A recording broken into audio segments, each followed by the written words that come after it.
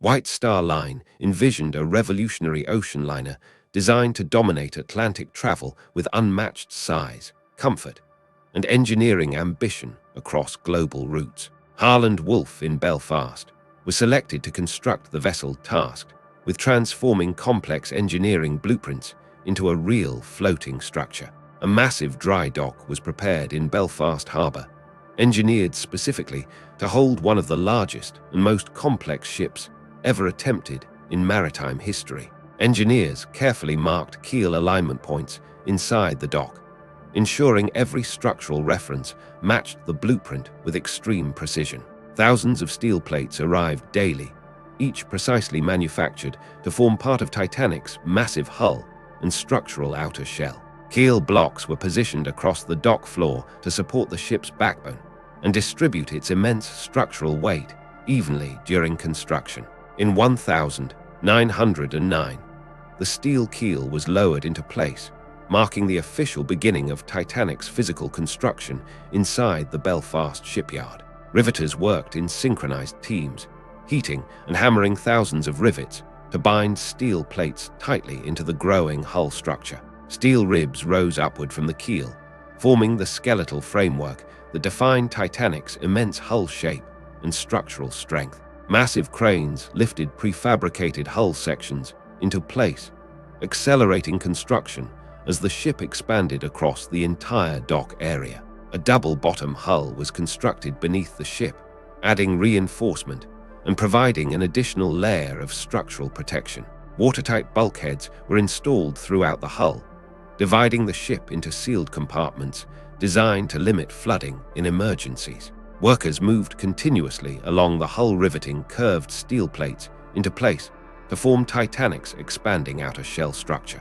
Inside the hull, structural beams were installed to support upper decks and ensure stability for heavy equipment and passenger spaces above. The hull expanded across the entire dock, revealing Titanic's enormous scale as one of the largest engineering structures of its time. Deep inside the hull, engine room foundations were built to support massive steam systems powering the ship across the Atlantic Ocean.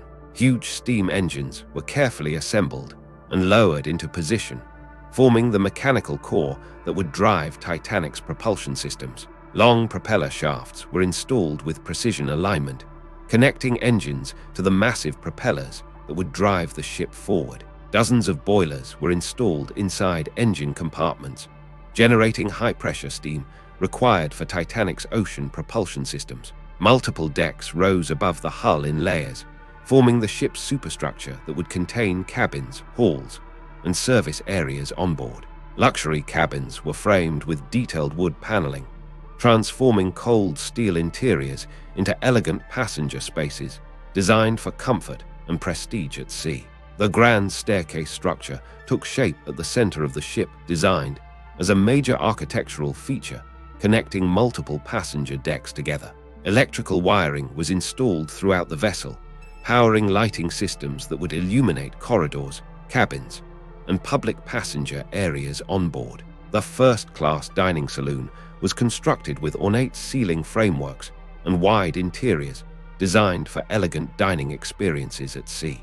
Workers installed decorative fittings throughout passenger spaces, carefully refining interior details that define the ship's luxury standards and design quality.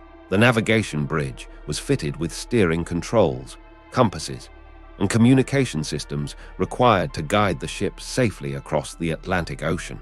A wireless telegraph room was installed on board, enabling operators to send messages between the ship and coastal stations during long ocean voyages. Lifeboats were mounted along the upper decks, carefully positioned for emergency deployment while maintaining balance across the ship's structure.